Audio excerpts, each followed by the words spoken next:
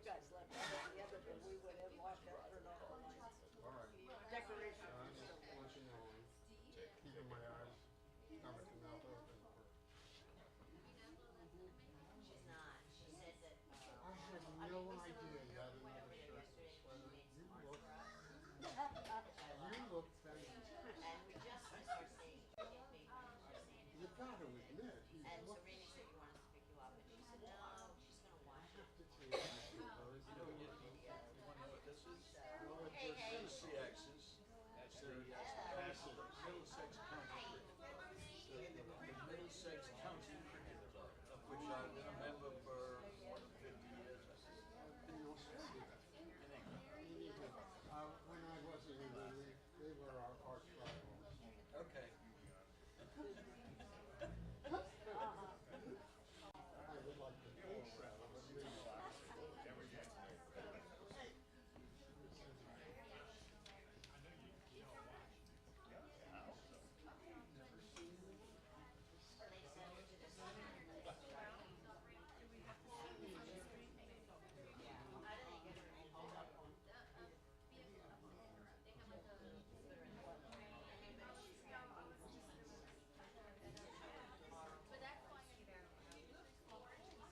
I know.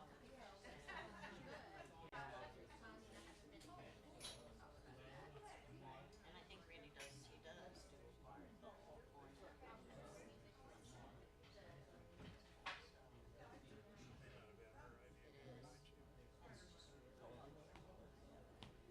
And there she is. I just said you're lucky enough to make it. Oh, you are.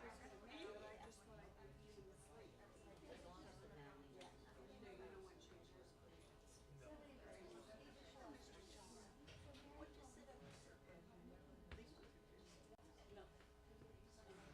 I'm sorry. Okay. Oh, that's the only reason.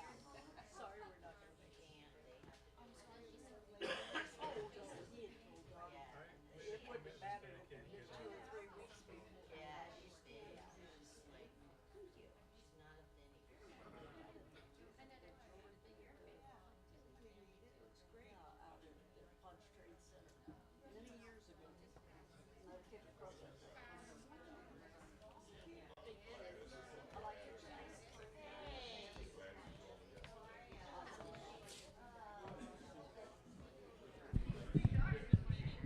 Okay. Let's do some stuff. First of all, for those who don't know me, I'm Randy Rosenberg. I'm a resident here and a resident in Philadelphia. And this is my second time doing something like this, and so I'm really glad that you're here and willing to listen to this.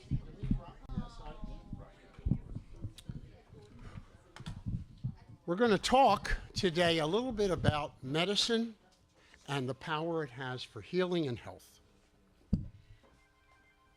Come on. Oh no. That's not what I wanted. There we go. Is it a new idea? Well, no, it is not. Chinese integrated music and medicine together, even in written language. Sign for music, sign for medicine. 3,000 years old. The oldest musical instruments in the world are shown here.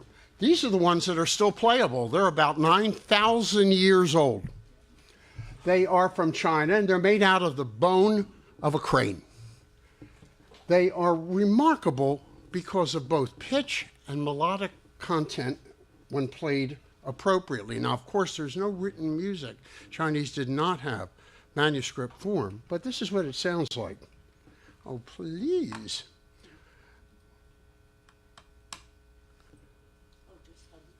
No, this is my, when this fell, it did not bode well. Hang in with me. Does the touchpad work? Oh, boy. If anybody out there has a mouse I can stick in, because this one is not behaving. There it goes. There we go? Oh, yeah. Oh, that's... yet I don't see it on my own screen. All right. Well, do you have a mouse? Any will do. But also, I think this might be from when I switched out the video. It might have lost its audio setting. Well, I'm not getting anything on that. So hang in there. No, this is No. not working. Okay, let me see if I can get you another mouse. You don't need this one. Seeping in? Here. All right, well, let me although it does- try and do it this way. Can you push the volume thing? There it is.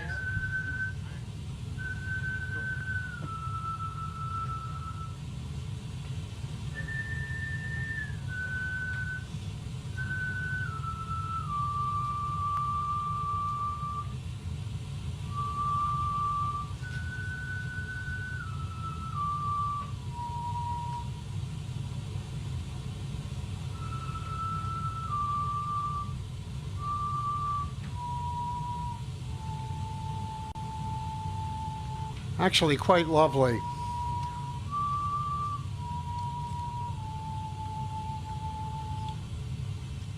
And despite being ancient and having the traditional 6 holes of a woodwind, it also has a 7th hole.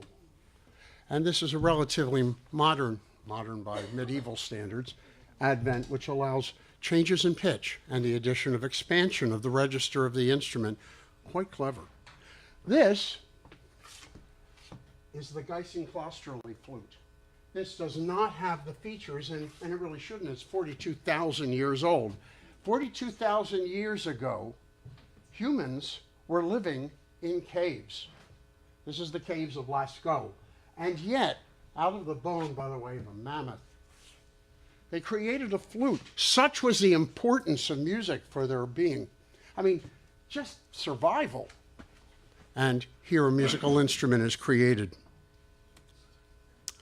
Well, the ancients certainly had their time with music and their belief that it had therapeutic advantage.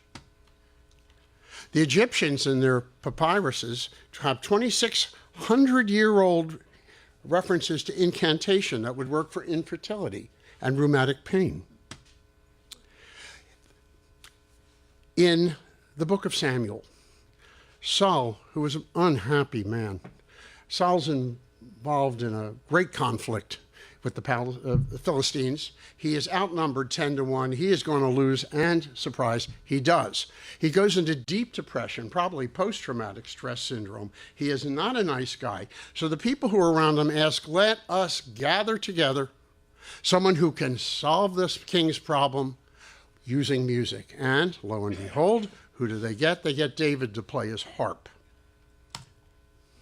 In ancient Greece, 800 to 600 BC, there was a codification of music for specific illnesses. The use of the flute, a most ancient along with the drums, musical instruments, and the lyre were used to perform music that would be effective for both gout and sciatica. These were called paeans. Here's an example. I'll tell you, this gets me moved. Come on. Oh, he gave me that. That's really nice. This is beautiful.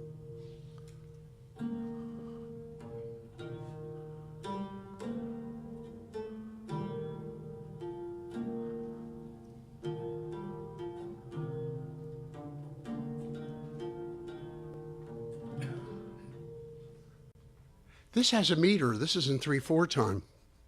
Most unusual. So let's talk about some of the aspects of music, how powerful they can be.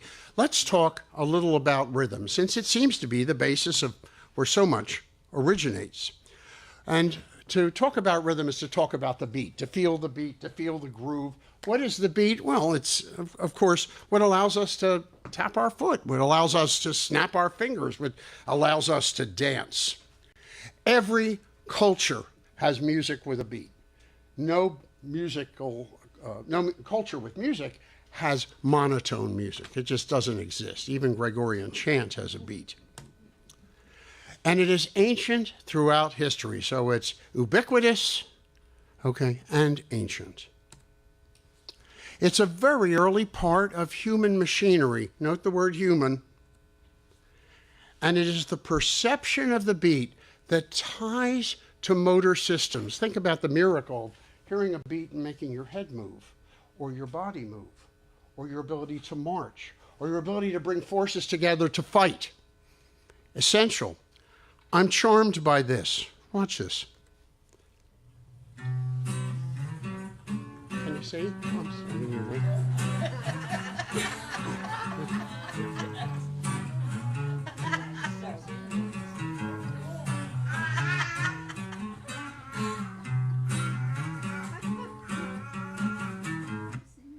Well, it is wonderful, isn't it?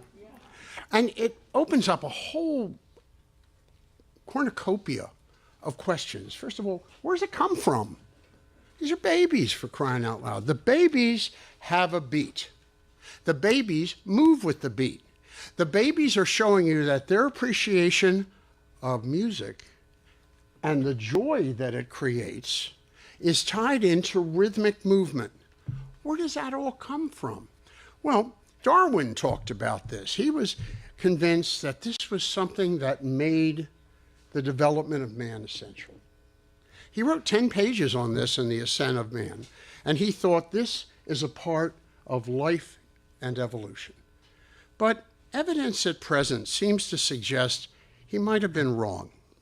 Okay, so beat-based processing is essential for language because language requires rhythm, motor control, and expression. Nobody talks like this and gets elected to office. Right. Quite so. Beat perception requires at least two elements. One, predictability. You've got to, if I'm going like this, you hear it, you pick it up, and now you can clap along. All right? If you're watching a metronome and you're following the metronome go back and forth and try to clap with it, you'll be wrong.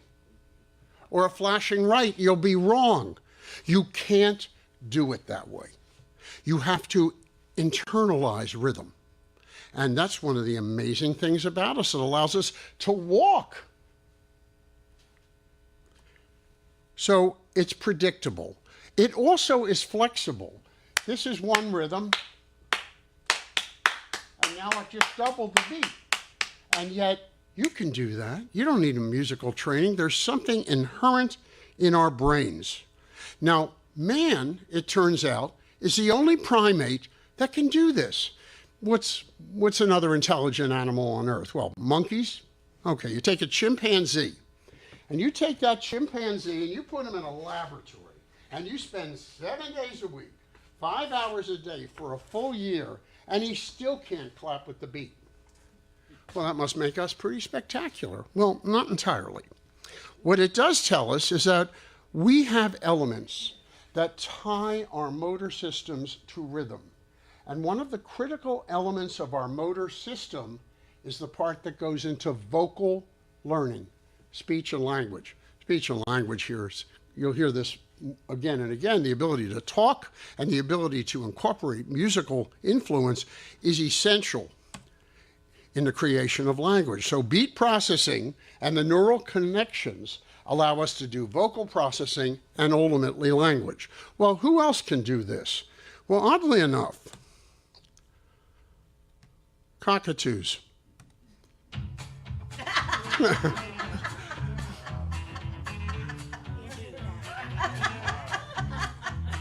This is so sad. This is a Backstreet Boys. All right. Yeah, it is.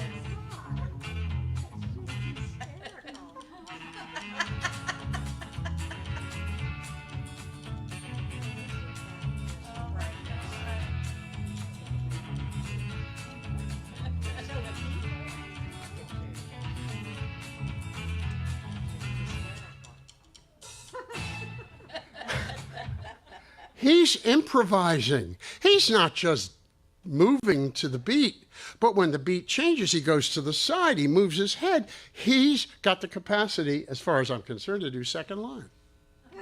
Okay? Without doubt. Birds that have the ability to vocally learn, parrots, cockatoos, humans, are the only three we know of for sure. Okay? So there is something quite divine in our circuitry. What else is useful in rhythm? Oh my goodness, memory. Now this is a little quiz, and we have a nice age spread. So you tell me what the tune is, okay?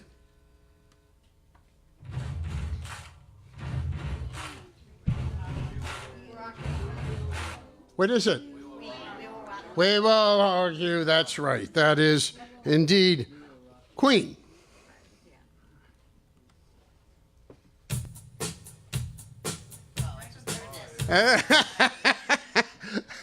Family members aren't allowed to judge. No, they are. So, but she's quite right. This lovely woman sitting in front. That's Michael Jackson, of course.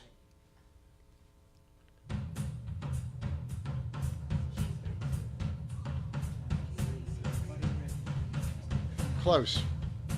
Very close. You're clearly a man with quality in his mind. This one, however, is Benny Goodman at Carnegie Hall. So that's Gene Krupa. Same era, same styles. I love that. I like this guy.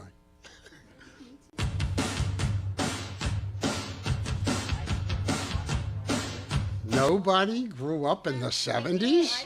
My Sharona, there we go. Give that man. I got one more, and I want you to pay attention to this one, because this one's kind of important. All right, that was the knack.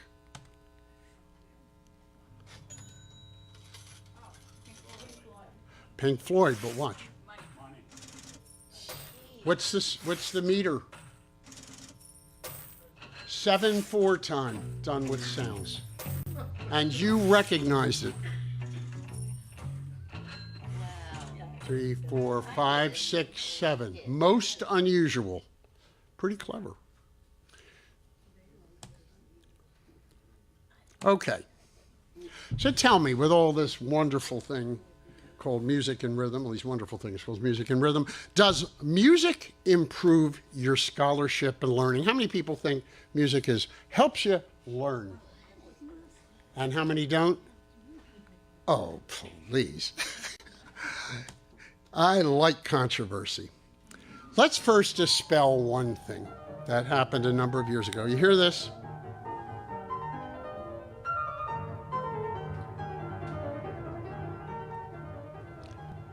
That's Mozart.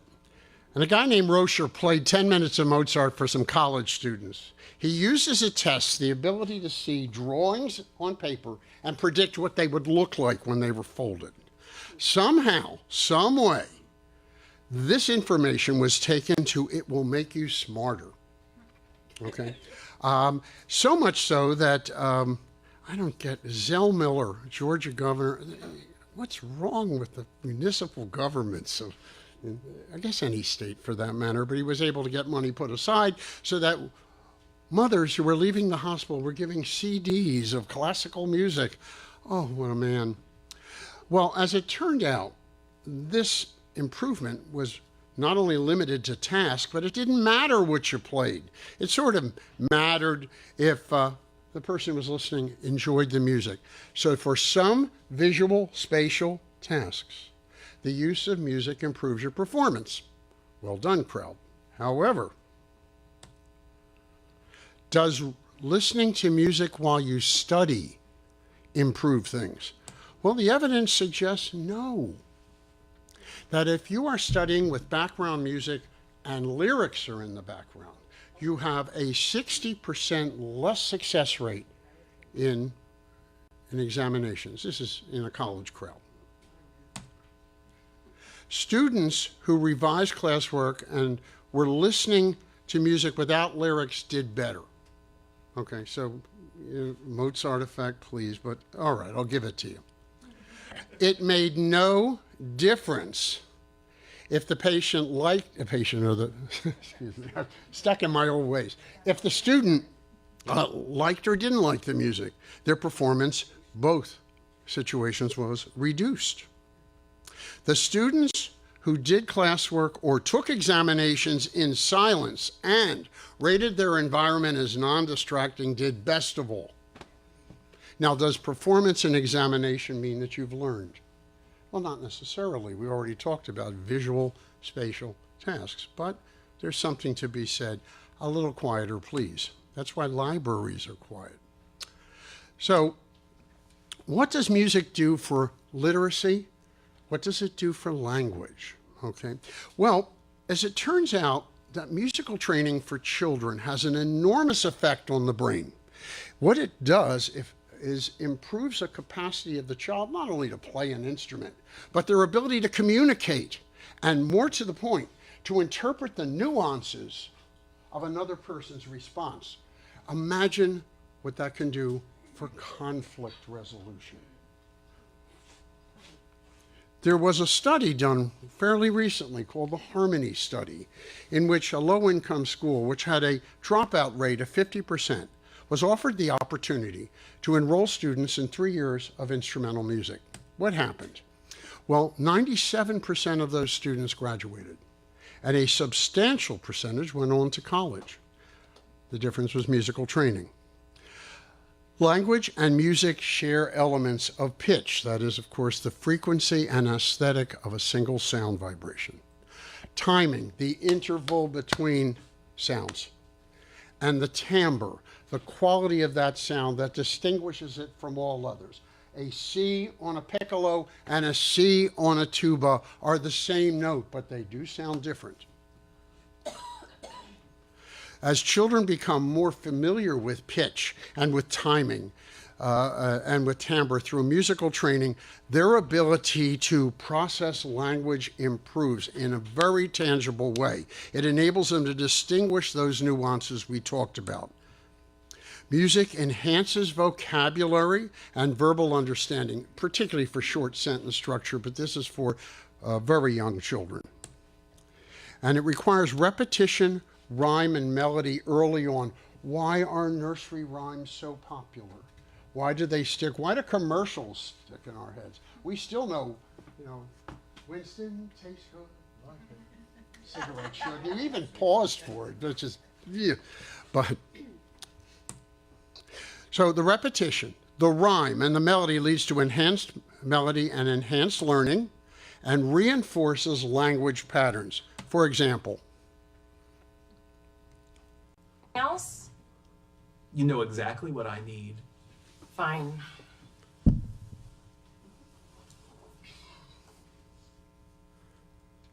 Soft kitty, warm kitty, little ball of fur. Happy kitty, sleepy kitty, purr, purr, purr. That's nice. Now in German. you gotta love Sheldon. Diana Deutsch is brilliant. Diana Deutsch is one of the lead neuroscientists on the cutting edge of what separates language and speech, how they come together, music and speech, and how they come together and how they're separated. After all, if you hear a song, how do you know it's not a conversation? How do you know it's melody? They all come in through the ear. They all get processed in lower portions of brain. Somewhere in the structure of the brain, there is a separation that will occur. Listen to this. This is Diana Deutsch repeating a phrase. This was put on a loop of one of her lectures, and she neglected to realize it was just rerunning. Listen to this. The sounds as they appear to you are not only different from those that are really present, but they sometimes behave so strangely as to seem quite impossible. But they sometimes behave so strangely. They sometimes behave so strangely. Sometimes behave so strangely. Sometimes behave so strangely. Sometimes behave so strangely. I'm messing with your mind. I'm changing it. It'll never be the same. Sometimes behave so strangely. Sometimes behave so strangely. Sometimes behave so strangely. Sometimes behave so strangely. So strangely. So strangely. So strangely. So strangely. Who thinks it's now a song? Of course it's a song in your head. Okay, so what is it that changes speech to song? Well, there's lots of circuitry. After all, nothing like music to light up the brain. Okay. But once it occurs, it's locked in there. And this is kind of The sounds important as they stuff. appear to you No, are no, not no, only no, no, different no, from you're those done. that are really present, Okay. but they sometimes behave so strangely Forgive me. as to seem quite impossible. As much as I admire her, The this sounds gets as- to be a the bit sound- much. The sounds as they appear to Yeah. The sounds as they appear to you are not only different from those. The sounds as No. The sounds as they There we go. appear to you are not only different from those. All right. What I'm trying to prove is a point that your brain has the capacity to change the way solid circuitry emulates and interprets. It's called neuroplasticity, either with the change in structure or the change in function of brain, altering from what it was initially conceived to do to what it is now doing. And this will be an important part of getting better after head injury. That are really I'm sorry, honey. There we go. Is music good for pain relief? Yeah, you would like to think so, wouldn't you? I would too. For us, here's what the research would suggest. Pain is a consequence of virtually every illness. It is inevitable. You cannot circumvent it. So, can you use non-pharmacologic approaches? Well, I think all of us would agree there are non-pharmacologic approaches. Massage, company, love. In acute pain, well, the evidence would suggest that it doesn't work very well. That people still need the same amount of pain medications. They're in the hospital generally the same length of time. They have the same reactions to whatever other modalities are being used. But the benefits in studies are poorly controlled. Often the music is chosen by the doctors. Go figure. Okay? So the outcome measures become cloudy. In chronic pain, Diane is right. She nodded her head yes. And there is increasing evidence that chronic pain is improved, if for no other reason than the optimism that is inevitably a part of listening to something you love, or something that surprises, or something that's new. And even if it doesn't, I mean, there is no FDA warning. My grandmother would say it couldn't hurt. So is music a health supplement for an aging brain? Well, Oliver Sacks pointed out in his work that if you take the brains of artists, you take the brains of mathematicians and writers, and you compare them to, say, mine, you won't see any differences. But if you compare a lifelong musician, you will see real changes in the anatomy, not only in the adult at postmortem, but in children as you follow them over time. And Albus Dumbledore knew this, so if it's good enough for Harry Potter's crowd, it's good enough for me. What does anatomical change mean when it comes to a musician's brain? Well, in a musician's brain, the corpus callosum, the large bundle, let me move a little bit this way. The large bundle that carries information from the left and right and left hemisphere is bigger. And that looks pretty much state of the art. The auditory cortex, the higher levels where you actually are interpreting pitch, melody, it has a greater population of gray matter, brain cells, 130%. That's a lot of change. Okay? That's a lot of processing power. The cerebellum, which, among other things, is timing and coordination, has an improvement in motor skills that is present to a degree in musicians you don't see in the average person. Many neuroscientists will accept that musicians have stronger auditory cognitive skills. They interpret sound, they interpret speech, they interpret the nuances with a greater sensitivity. Playing an instrument seems to improve working memory. It improves hearing speech and noise, a signal to noise ratio. For a guy like me who's 60% deaf, that's a big deal. The neural speech-to-sound processing across a lifespan is not only enhanced, but it stays enhanced. And a lifetime of playing a musical instrument seems to have some neuroprotective element. This is controversial, but I buy into it. And adults who have played an instrument as a child still have benefits 40 years later. And even older musicians with hearing loss have superior hearing in a crowd. Because those of us that don't hear so well, oh, a restaurant will kill you. Okay. So what do we hear about neurological music therapy?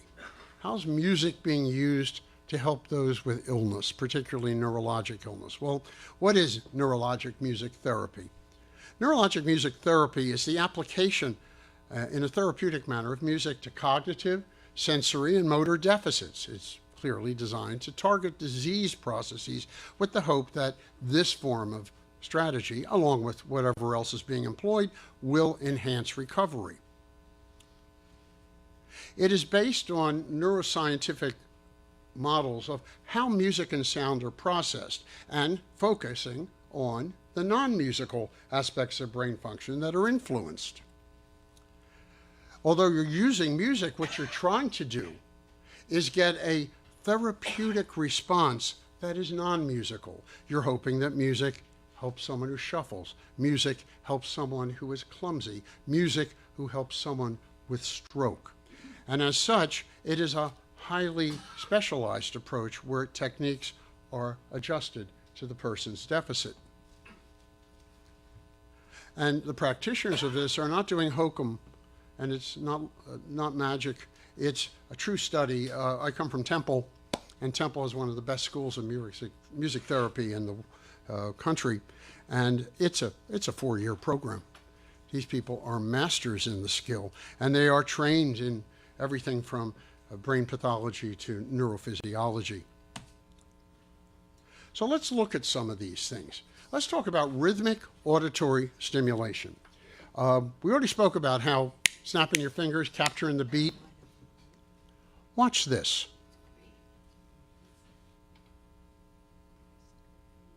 Come on, you.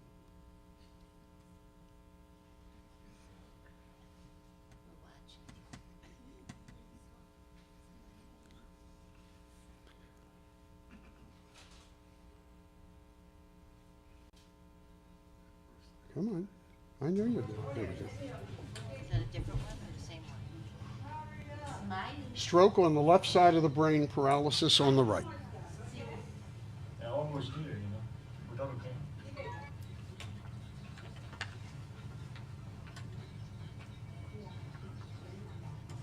Max assist, L? Maximum assistance? Moderate.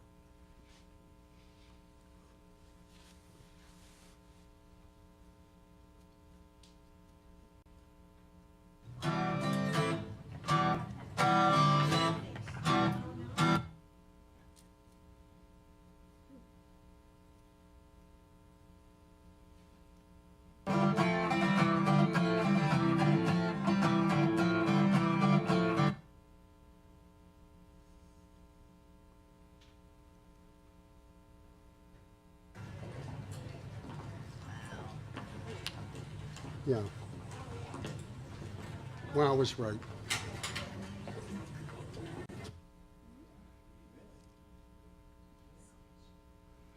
Does it last without reinforcement? No. But the exercise alone enhances the recovery of circuits. Okay. Sorry, let me just... Randy, it's new pathways or No, it's plasticity? an excellent question. This is neuroplasticity. This is taking circuits. It leverages that capacity of the brain to take a rhythm and a sound and turn it into a motor movement.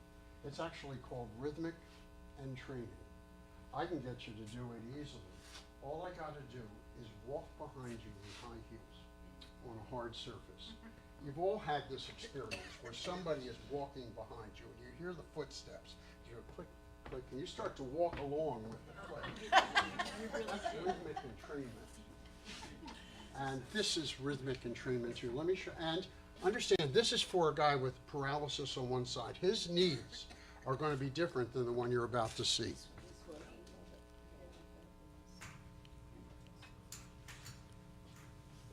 Some of you may have seen this last year, but I'm very impressed with it. This is classic Parkinson's disease. Advanced patient. Patient shuffles, he freezes, and his drugs are making his head turn.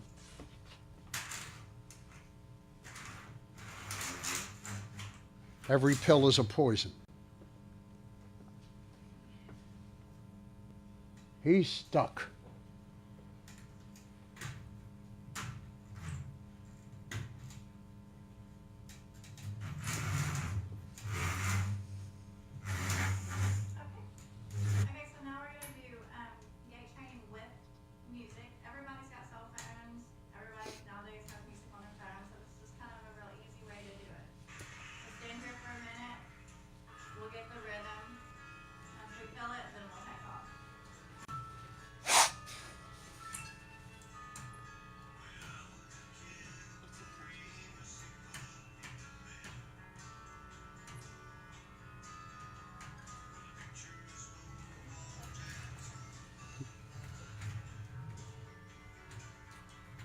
This is without additional medicine.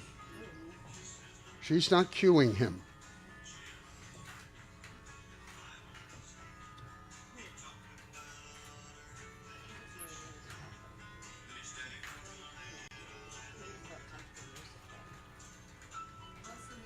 It's country. It's country. That's a good point. Strong beat in country.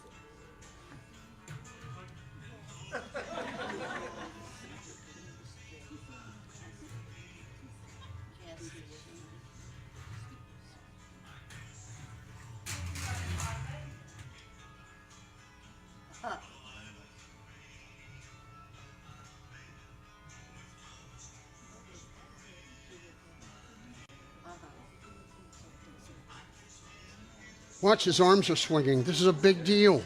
You can't walk without your arms swinging. Certainly not uphill or downhill. He knows the words to it. He's standing straighter.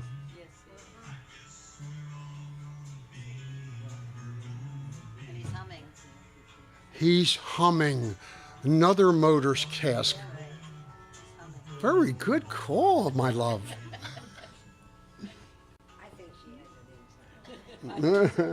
No, I hadn't seen that before.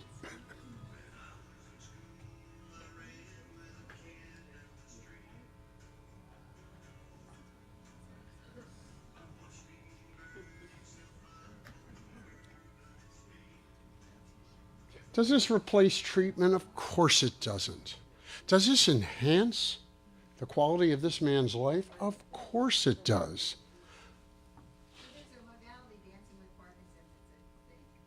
I do it with my Parkinson patients in the office, but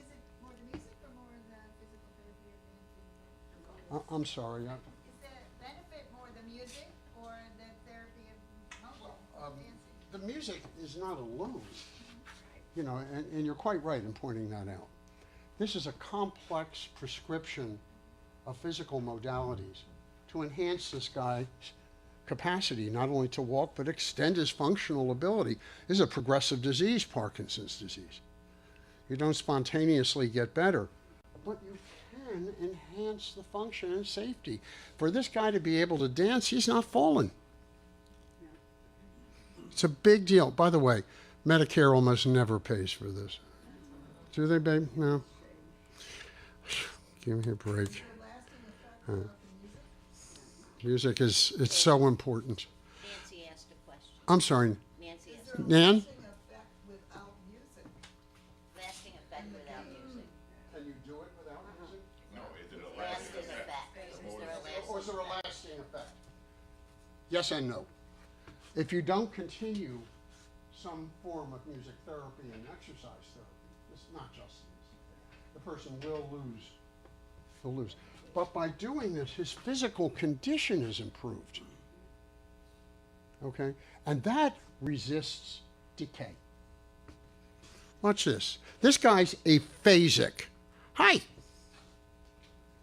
was just interested, so that man there was mainly motor improvement is Parkinson's disease, but does he have a degree of cognitive disability as well that allows him to participate in the musical therapy, or do you have to have that degree of cognitive disability? It depends on states. It depends on insurance companies. No, his question, I'm sorry, his question was if they have a degree of cognitive impairment, can they also utilize the music? I'm getting there. I promise you. All right, I got you. Thank you, and please forgive me for not queuing in on that quicker. And he's quite right. That's actually a brilliant comment, because nobody with neurologic disease has one symptom, especially Parkinson's. Have you stopped taking the drugs? No. This does not replace pharmaceutical treatment. You can't. Took less drugs? In this case, I have no idea. This was borrowed from music therapy. But this doesn't allow you to get rid of the drug. But the drug doesn't cure everything. Okay, because I thought he cut down on the meds. My But you said every pill's a poison. my understanding is it doesn't replace meds. What it does is enhances vitality. And that makes your meds go further, doesn't it? All right, this is called melodic intonation therapy. This is a guy with aphasia.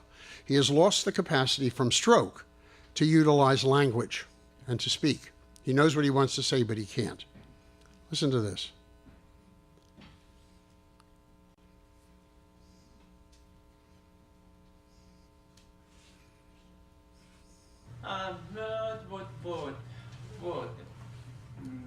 Yeah, And he even knows he's making mistakes.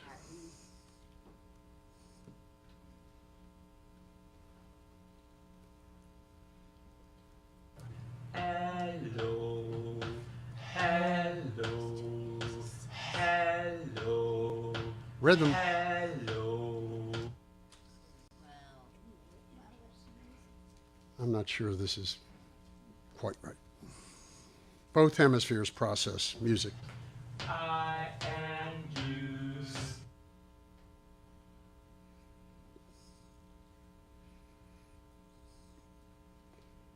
I and booze.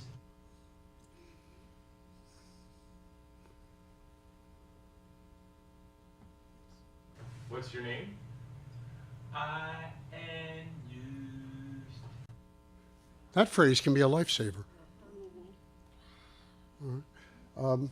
And this works. It works best for people who have slow speech, not the fast. There's all kinds of aphasia, and some aphasics trouble those don't get better with this. But this guy has a good shot. And it does help, and it can be lasting. Yeah. Yeah. I have a friend who does musical therapy. Can this be done also with things like opiate addictions? You're such a good guy. You're all ahead of me, and I'll get there. I'm coming into this. You ever heard of Phineas Gage? Okay. Phineas Gage, he taught them piano for 8 weeks, and virtually all important aspects of brain function enhanced and stayed enhanced. Big deal. Big deal, as you were talking about. Can someone with Alzheimer's disease benefit?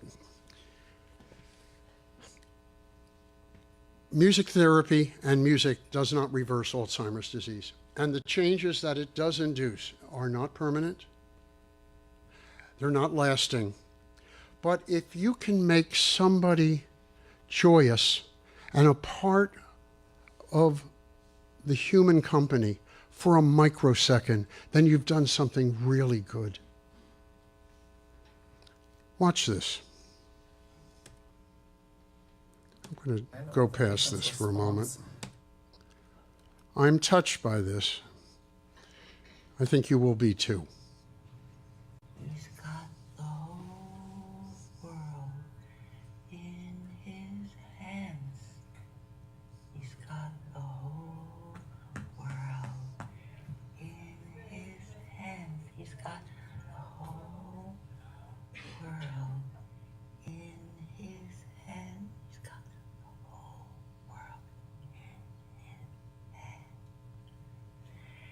He's got the mothers and the fathers.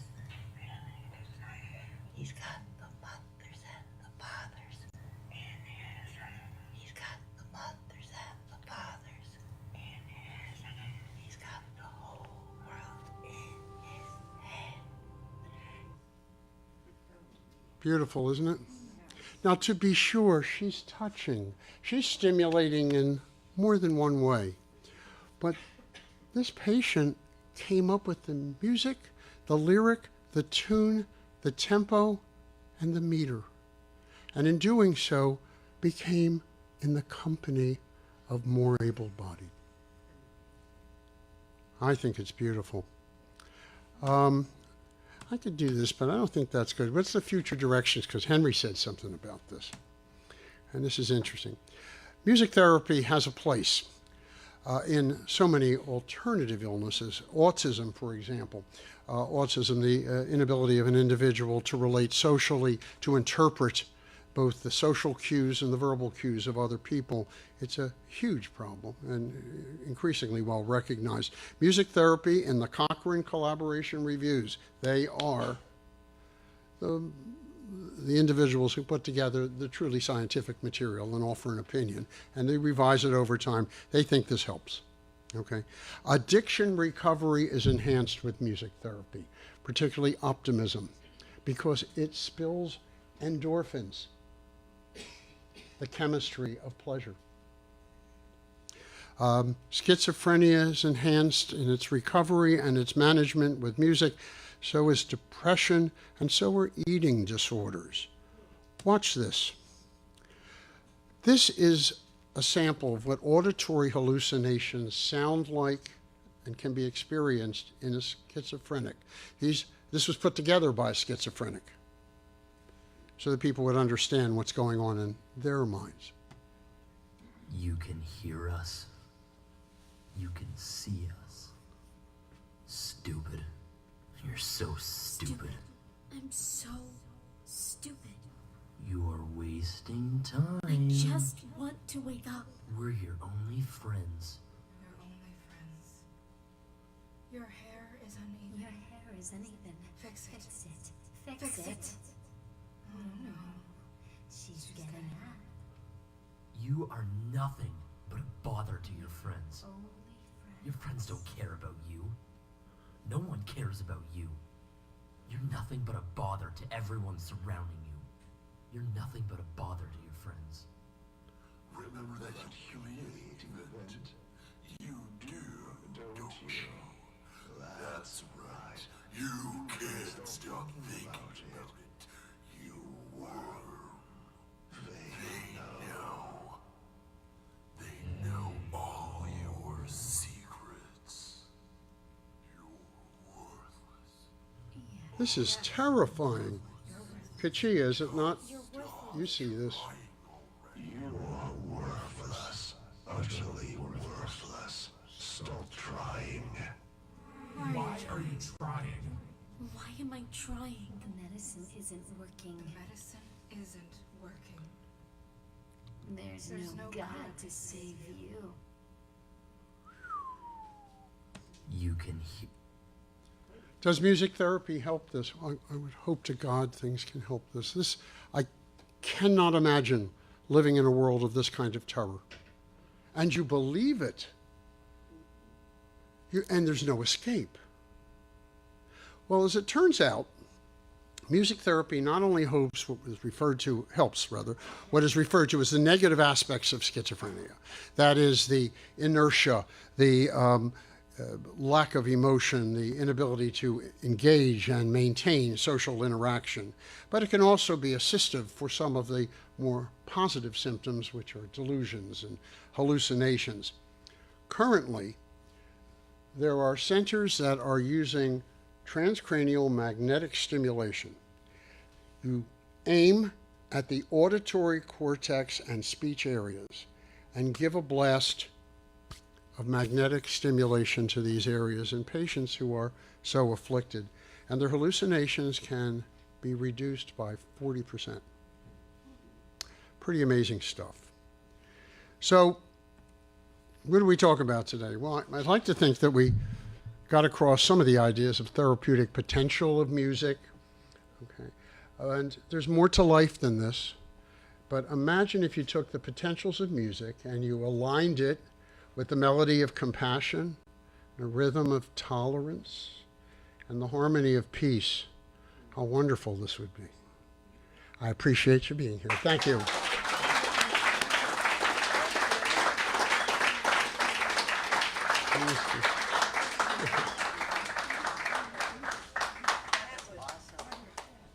Oh, yeah, here's a question.